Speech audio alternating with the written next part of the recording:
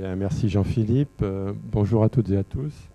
Il me revient d'ouvrir et de vous souhaiter la bienvenue pour ce 10e colloque scientifique organisé par l'IMT qui porte sur l'IA et les mutations industrielles associées à son développement. Alors je vais dire quelques mots sur la stratégie et le positionnement de l'IMT, ce sont des mots un petit peu politiques bien sûr. Les analyses plus scientifiques viendront après mon intervention. Je vais rappeler aussi un petit peu le rôle de ce colloque et puis je terminerai bien entendu par des remerciements. Alors, la stratégie de l'IMT en matière d'IA, c'est un domaine bien entendu qui fait partie des préoccupations centrales de l'Institut Mines Télécom et qui notamment est au premier plan des 12 thématiques phares qui ont été définies dans le plan stratégique IMT 2022. Alors comment est-ce que nous abordons ce vaste sujet ? Nous l'abordons de manière un peu spécifique et un peu particulière et surtout en étant vraiment en phase avec nos valeurs et avec les missions qui nous sont confiées au titre de nos activités. Alors nous sommes dans la phase de construction d'une initiative, d'un programme que nous avons appelé Intelligence artificielle pour l'industrie augmentée et les infrastructures augmentées. Si vous regardez un petit peu ce que ça donne en sigle, ça fait IA-Cube. Il faut bien sûr ne pas confondre avec 3IA que certains pratiquent ou connaissent. Pour nous, l'approche est un petit peu différente. Il s'agit de compléter justement les initiatives nationales qui ont déjà été prises en mettant en place une démarche qui part véritablement des besoins de l'industrie en matière d'IA, en essayant de construire, d'élaborer des solutions complètes et opérationnelles, et en combinant recherche, innovation via des cycles rapides. L'orientation scientifique et technologique, alors, qui sera illustrée dans les exposés qui vous seront présentés aujourd'hui, est clairement centrée sur l'augmentation hybride humain-IA, en plaçant au cœur de la démarche les objets et les données. Alors les objets, c'est bien sûr l'Internet de l'industrie et des objets pour nous, et les données qui sont issues des capteurs de ces systèmes. Qu'il s'agisse de la digitalisation des machines-outils, des produits manufacturés, des processus ou même encore des opérateurs. L'IMT compte, et vous vous en apercevrez aujourd'hui sur ces sujets, de nombreux chercheurs qui sont actifs et reconnus dans leur communauté scientifique et qui sont de plus aguerris au partenariat d'envergure avec le monde économique et le monde de l'entreprise, comme l'atteste la dizaine de chaires centrées sur l'IA et les données qui sont actuellement actives. Nous proposons aussi une démarche spécifique pour IA-Cube. Cette démarche part bien entendu des usages, mais des usages par filière, par métier, et sur tous les maillons de la chaîne de valeur, de la conception à l'expérience usagée, en passant par la production, le déploiement et le support.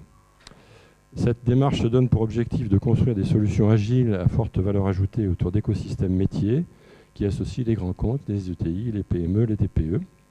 Et bien sûr, dans le tour de table, si je peux me permettre, les startups et les spin-offs de l'IMT ne sont pas oubliés. Comme vous le savez, l'IMT est très actif et très performant dans l'incubation et l'accélération d'entreprises technologiques innovantes. Dans ce cadre, le double digital nous semble un bon exemple de cas d'usage un peu générique qui permet une augmentation, y compris en temps réel, de tous les maillons de la chaîne de valeur. Ceci comprend à la fois les questions d'outillage IA pour ces activités, d'interface humain-IA à nouveau, et d'approche système augmentée par l'IA. Il nous semble aussi pertinent d'associer à ces activités des plateformes de services qui soient sécurisées, neutres, souveraines, de confiance, et qui mettent à disposition des écosystèmes métiers des données qui soient réellement fiabilisées, qui soient décloisonnées, c'est le fameux désilotage, et qui soient bien entendu protégées. Dans ce cadre, l'IMT opère par exemple la plateforme TerraLab, qui est une plateforme technologique data IA, as a service, comme on dit maintenant, pour la recherche et le développement, mais aussi la formation et l'innovation. Cette plateforme est la seule plateforme française titulaire d'un label européen de confiance, et elle joue un rôle clé dans le gros projet européen qui vient de démarrer et qui s'intitule AI for EU. En plus de ces sujets, l'IMT mobilise au profit d'IA-Cube ses capacités de formation, bien sûr par la formation d'ingénieurs, mais aussi par l'indispensable formation continue tant attendue par les entreprises. Nous nous appuyons aussi pour porter cette vision et cette démarche IACUB sur le maillage dans les territoires que constitue notre réseau d'écoles, fortement ancré dans les écosystèmes de recherche, d'innovation et de formation. Et nous appuyons aussi sur nos partenariats franco-allemands qui sont significatifs, avec notamment l'Académie franco-allemande pour l'industrie du futur, qui réunit la TUM, la TU de Munich et l'IMT, qui constituent bien sûr un fer de lance de cette initiative. Alors, je profite de cette occasion, de l'occasion qui m'est donnée pour lancer une invitation à l'attention des partenaires industriels et académiques qui souhaiteraient rejoindre l'initiative IACUB, de se manifester auprès de moi comme auprès des représentants de la direction générale de l'IMT présents ce jour. Alors à ce stade, il me convient de préciser un petit peu le rôle de ce colloque dans la vie scientifique de l'IMT. Il s'agit bien entendu tout d'abord d'élaborer des bilans sur les grands domaines de recherche, de les présenter et de les mettre en discussion avec les différentes communautés. Ce colloque a aussi pour objet l'évaluation des orientations stratégiques de l'établissement par son conseil scientifique. Et je profite de l'occasion qui m'est donnée pour saluer la présence des rapporteurs membres du conseil scientifique, Bettina Laville, Claude Pape qui est ici, Miguel Lopez-Ferber que j'ai vu, et puis aussi la présence de Christopher Kermorvan qui est un rapporteur externe et qui nous fait l'amitié de se joindre à nous. Je terminerai par quelques remerciements. Tout d'abord au comité éditorial qui a travaillé d'arrache-pied à la composition de ce programme sous la houlette de Jean-Philippe Lagrange et de Talel Abdesalem, animateur de la thématique phare Data Analytics et IA. Bien entendu, à l'ensemble des personnels de la direction générale de l'IMT qui ont œuvré pour la bonne organisation et la bonne tenue de cette manifestation. Je vous remercie pour votre attention et cède la parole à Talel Abdesalem. Bonne journée.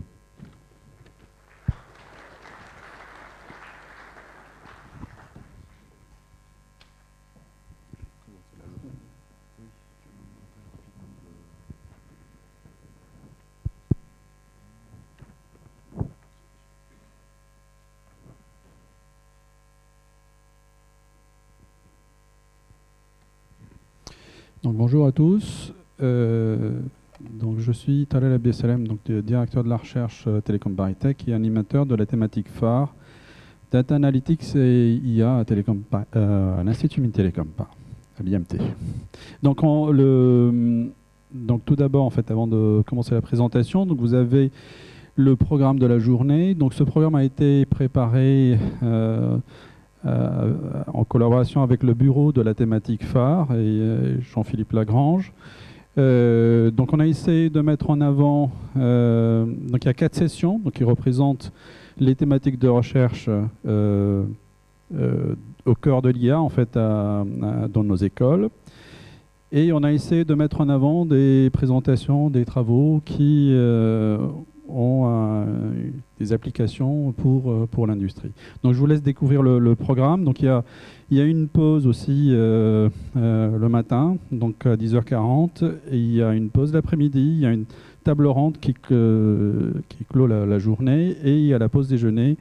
Donc il y a la session poster, donc je vous encourage à passer en fait par les posters et essayer de regarder en fait et discuter avec les personnes qui présentent ces posters. Et puis il y a une session spéciale sur la restitution du CES de Las Vegas. Je crois que c'est Patrick Dufour qui s'en occupera. Voilà, donc dans cette présentation, on a essayé de résumer. Alors, excuse-moi. Ça pas là.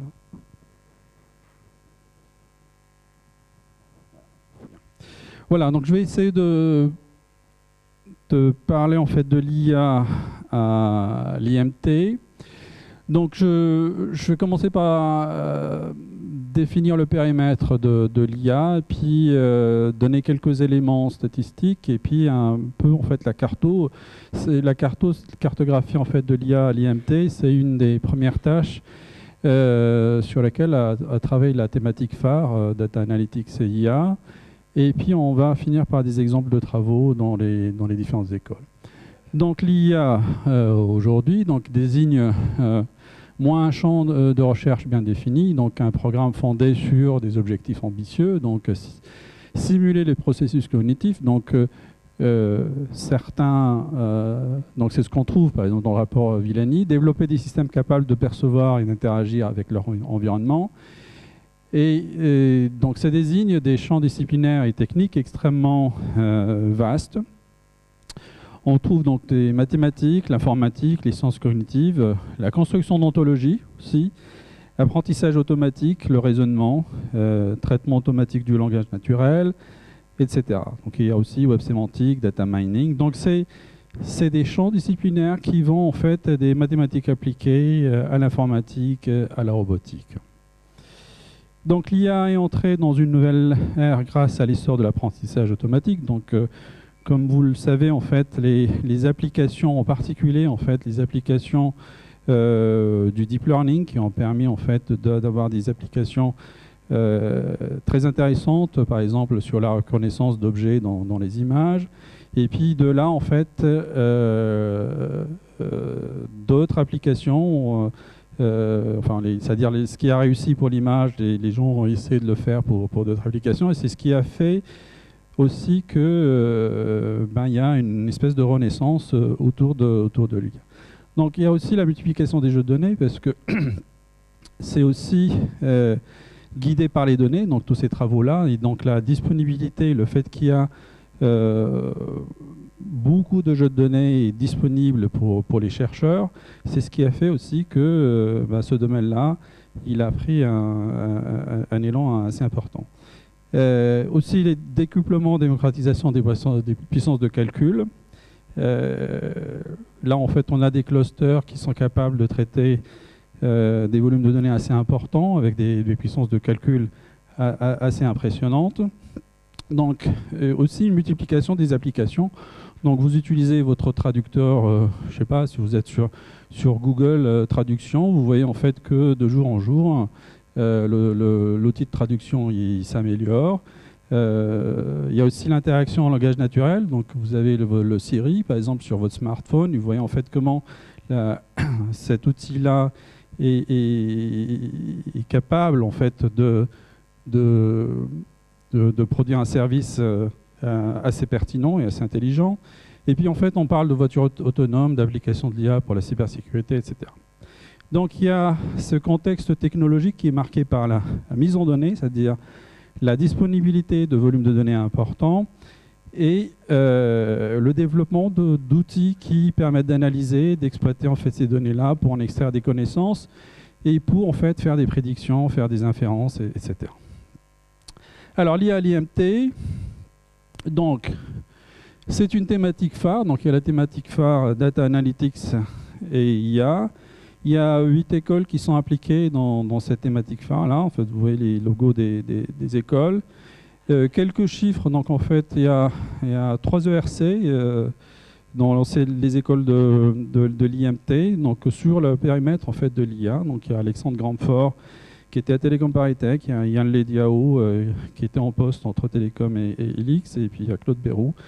Donc il y avait une ERC donc, sur l'élaboration d'une théorie de l'information mentale. En gros, en fait, ce qu'on a essayé aussi de déterminer, il y a combien d'enseignants-chercheurs au périmètre de l'IA. Il y a environ 240 enseignants-chercheurs, donc à peu près 130 dans ce qu'on appelle le cœur de l'IA. Donc en IA, puis en fait, il y a aussi, vous savez que l'IA, il y a des applications, que ce soit en réseau, enfin on utilise des techniques de machine learning, par exemple, pour le monitoring des réseaux, etc. Donc il y a des travaux où les chercheurs utilisent des outils de machine learning ou d'IA dans leur domaine, et puis en fait, il y a des chercheurs qui sont plutôt dans le périmètre, dans les domaines scientifiques de l'IA. Donc il y a 240 enseignants-chercheurs, environ 130 au cœur de l'IA et 110 dans les applications. Il y a à peu près 750 publications par an, donc qui est un nombre non négligeable. À peu près 434, pareil, au cœur de l'IA, et 316 sur les applications et les impacts socio-économiques, parce qu'aussi, en fait, on a des chercheurs dans le domaine de l'économie, de la sociologie, du management, etc. Voilà, donc aussi pour montrer l'importance de la thématique pour l'IMT, donc il il y a donc à peu près une dizaine de chaires actives dans le domaine.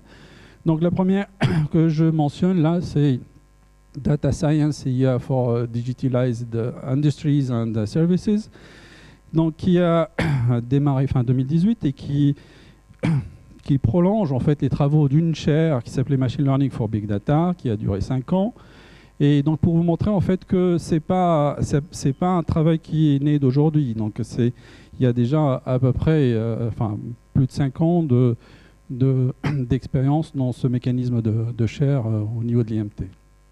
Voilà, donc il y a aussi une chaire avec BPCE, donc sur l'ingénierie des données et l'intelligence artificielle. Il y a une chaire aussi avec Talent sur les algorithmes de l'intelligence artificielle. Et puis il y a une chaire avec Bearing Point sur les pédagogies des sciences des données. Donc la première chaire, c'est une chaire de recherche, donc ça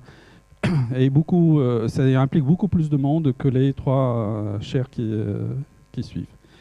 Après, il y a aussi des chaires qui sont plutôt sur les applications et les impacts socio-économiques de l'IA. Donc là, il y a la chaire valeurs et politique des informations personnelles, où là, le travail est plutôt sur la protection des données personnelles et les réglementations autour des données personnelles.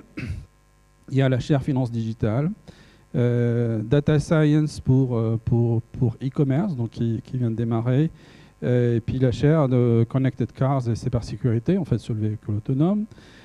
Et voilà, donc chaire cybersécurité des infrastructures critiques aussi, qui utilisent en fait des techniques d'IA et de machine learning dans ce domaine-là. Et puis la dernière, chaire sur optimisation et quantification d'incertitudes pour les données onéreuses. Donc il y a à peu près une dizaine de chaires. Donc certaines en fait sont dans une école, d'autres sont sur plusieurs écoles de l'IMT. Voilà, donc j'arrive à la cartographie. Donc si on prend la classification ANR, donc en fait pour l'IA, on a les thématiques au cœur de l'IA, il y a les thématiques qui correspondent à l'intégration de l'IA et puis les applications de l'IA. Donc on a essayé de lister ce qu'on fait à l'IMT. Donc il y a beaucoup de travaux sur le machine learning dans nos différentes écoles. Il y a aussi pas mal d'équipes très performantes sur les aspects optimisation, sur le raisonnement symbolique, ce qu'on appelle l'IA symbolique, et puis aussi sur l'éthique et l'IA responsable. Donc c'est la partie intégration de l'IA. Donc on a aussi pas mal de chercheurs dans les différentes écoles sur les aspects interaction machine, sur la vision, la perception, la robotique. Et puis aussi on a donc l'IA, en fait, le champ de l'IA, je dirais, en fait, qui s'étend de plus en plus. Donc il y a aussi des gens qui travaillent dans les départements électroniques qui s'intéressent aussi à l'IA et à l'implantation d'algorithmes de machine learning au niveau des composants électroniques. Donc il y a ce travail-là aussi sur les architectures et composants matériels pour l'IA. Et puis il y a la science des données, donc tout ce qui est fouille, analyse de données. Au niveau des applications, donc, on s'intéresse et on travaille en fait sur les applications de l'IA pour la santé. D'ailleurs, en fait, il y a une thématique phare aussi sur la santé à l'IMT. L'industrie du futur, bien sûr, donc, et transport et mobilité. Donc, c'est un sujet sur lequel on travaille depuis pas mal de temps. Et la sécurité des réseaux, que je dirais en fait, c'est plus au cœur de nos compétences historiques. Voilà, donc on a essayé aussi d'essayer de se baser sur les publications des gens. Donc ça, c'est un outil qu'on est en train de tester, donc de carto qui s'appuie en fait sur les publications de nos chercheurs. Donc on a sélectionné à peu près 10 000 publications dans HAL, et la classification en utilisant en fait les titres des publications, les abstracts et les mots-clés. Et les concentrations, en fait, c'est des mots-clés en fait, qui apparaissent souvent ensemble. La taille des nœuds représente le nombre de fois où ça apparaît dans les publications. Donc la classification donne en gros ces 6 ou 7 concentrations. On essaie de décortiquer un petit peu. Donc on retrouve ici tout ce qui est travaux sur le big data, mais enfin, on retrouve en fait du machine learning, on retrouve du machine learning aussi dans les autres nœuds, mais là en fait c'est principalement des travaux sur les aspects scalabilité gestion de données massives et la classification, toutes les techniques en fait, de machine learning. On trouve ici une forte concentration sur des travaux autour du traitement de l'image et computer vision. Après, on trouve ici en fait des travaux sur les ontologies et représentation des connaissances. Là, on a tout ce qui est en fait les modèles probabilistes, la gestion des données incertaines et tous ces aspects-là. Là, en fait, il y a tout ce qui est Decision Support System, donc en fait, tout ce qui aide à la décision, mais on retrouve aussi en fait des aspects qui sont plutôt en fait en machine learning, ou traitement du langage naturel. Là, c'est plus, en fait, il y a une concentration sur tout ce qui est reconnaissance de la parole. Et puis, en fait, le dernier, c'est un peu un patchwork de différentes choses que je ne vais pas essayer de dicter. Donc, en résumé, on peut dire que, voilà, si on essaie de lister un certain nombre de domaines, donc il y a machine learning et sciences de données, donc où là, il y a des forces de recherche assez importantes. Donc, on travaille sur les signaux faibles, sur l'apprentissage à la volée, on fait sur des flux de données. Donc, c'est assez une thématique qui s'installe, en fait, où on a de plus en plus d'activités dessus. Donc, ça peut être des données qui arrivent par des capteurs ou aussi, on fait des techniques spécifiques pour apprendre sur des flux de données. Donc, pas l'apprentissage en batch, mais l'apprentissage à la volée.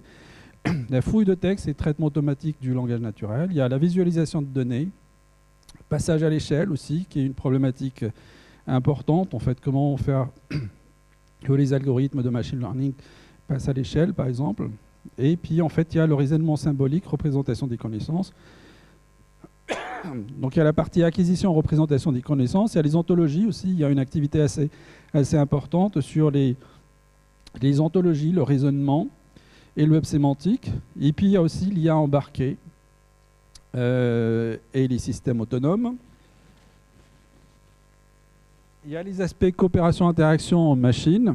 Il y a les assistants intelligents, la vision et image 3D, l'explicabilité. Donc plutôt en fait là, ces aspects-là sont plutôt de l'IA symbolique. Donc la première partie c'est l'IA statistique. Et puis il y a la partie optimisation, programmation par contrainte, etc. Et puis les aspects éthiques et impact socio-économique. Il y a des gens qui travaillent sur le droit, sur l'économie de l'IA, sur la sociologie de l'IA, etc. Donc le spectre est assez large et qui couvre en fait des aspects techniques en fait qui sont au cœur de l'IA. Donc les trois premières parties et puis en fait aussi les impacts socio-économiques de l'IA. Donc en termes d'application, nos travaux, nos chercheurs s'intéressent aux applications pour les réseaux, pour l'image, pour l'audio, pour la robotique, l'énergie, la santé, l'environnement, etc. La maintenance prédictive, le commerce en ligne et l'industrie du futur, bien entendu. Donc les défis autour de la santé, la sécurité, l'énergie, transport et mobilité, l'industrie du futur, donc c'est fait partie des priorités, des défis sur lesquels nous travaillons. Et donc, en fait, les problématiques sont autour des données massives sur le haut débit, le calcul distribué à large échelle, les données en nombre limité ou incomplète, la vie privée, l'éthique, etc. Donc, dans la quatrième partie, je vais essayer de présenter quelques travaux dans nos écoles. Donc, on commence par Mines de Saint-Étienne. Donc, là, il y a un exemple de ce qu'on appelle le digital twin, en fait, qu'ils appellent le digital twin, en fait, ou la modélisation du fonctionnement d'une usine. Et donc, l'objectif, c'est de définir un modèle conceptuel d'une usine afin de capter la complexité de la construction de son jumeau numérique.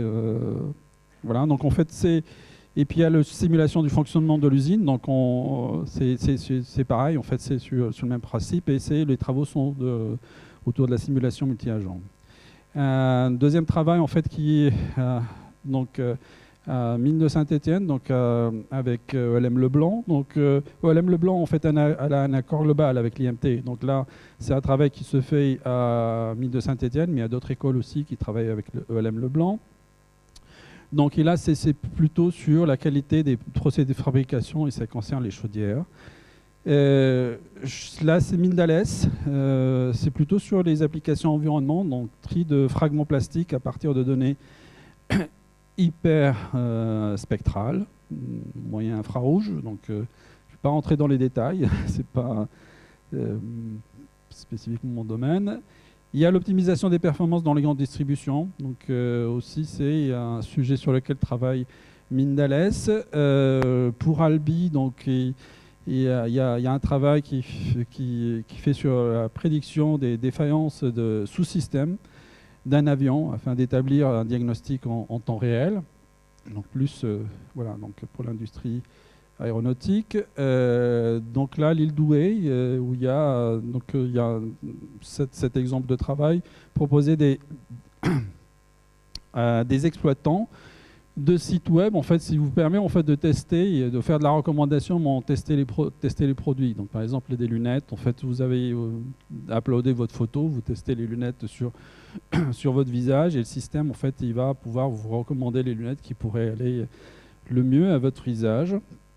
Donc là, c'est aussi l'île Douai, donc analyse de l'intégrité de la tête de rail. Donc, c'est plus de la maintenance prédictive hein, sur les rails de chemin de fer.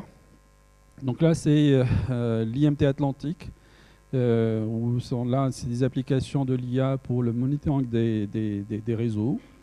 Donc ça, c'est notre exemple de travaux de l'IMT Atlantique. Donc c'est plutôt là sur les systèmes avancés d'assistance à la conduite et puis l'extraction automatique de modèles énergétiques et optimisation.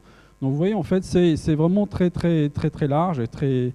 On couvre différents champs, différentes applications. Donc un autre exemple, là, c'est Télécom Sud Paris, sur la connaissance d'objets en temps réel dans les vidéos. Toujours en fait pour des applications de e-commerce. Là aussi, c'est Télécom Sud Paris, donc sur la prévision des consommations en fonction des conditions climatiques. Donc un travail fait avec Aux Énergies. Donc là, on arrive à Télécom Paris Tech, sur des sujets que je connais un peu mieux. Donc là, reconnaissance de forme et interaction 3D. Donc c'est plutôt en fait lié au monde virtuel et la reconnaissance de forme, donc reconnaissance de structures d'objets dans les images et des vidéos. Et c'est un travail fait avec algorithmique. Et puis en fait Iago. Iago, c'est une base de connaissances qui a eu pas mal de succès parce que en fait, elle a été utilisée par IBM Watson comme source d'information. Donc c'est une anthologie en fait construite automatiquement à partir de Wikipédia. Donc qui comporte, enfin il est en 10 langues, il y a 120 millions de faits, 10 millions d'entités avec une précision d'à peu près 95%. Donc voilà, ça c'est pour montrer un exemple de travaux sur des logiciels libres. Donc il y en a aussi en fait dans nos différentes écoles. En fait, on fait du travail avec des industriels, mais on a aussi une application assez forte dans le développement de logiciels libres. Et ça c'en est un exemple. Voilà. Donc après en fait, il y a l'impact socio-économique. Donc que ce soit à l'IMT Business School ou aussi en fait dans différents départements de sciences économiques et sociales de nos écoles, où les questions c'est quelle est la nature d'une société où les IA sont partout, quelles nouvelles entreprises mues par les IA, l'évolution du droit, les responsabilités, la régulation, quelle est la nature des échanges entre IA quand les humains sont absents. Donc toutes ces questions en fait sur les aspects réglementaires, juridiques et sociologiques, donc sont au cœur des réflexions. Le biais des algorithmes, l'éthique, l'IA responsable et éthique, on en parle aussi pas mal. Puis il y a aussi des questions philosophiques soulevées par la société numérique, la protection de la vie privée. Donc ça, c'est un travail commencé dans la chaire Valeurs et politique des informations personnelles depuis bientôt 5 ans. Et qui continue, et c'est vraiment un travail très passionnant. Il y a des séminaires réguliers, des échanges avec des juristes, des avocats, etc. Et il y a les impacts aussi économiques, les modèles économiques pour l'IA, l'impact sur les métiers, sur le marché de l'emploi et tous ces aspects-là. Voilà, et j'ai terminé, je vous remercie.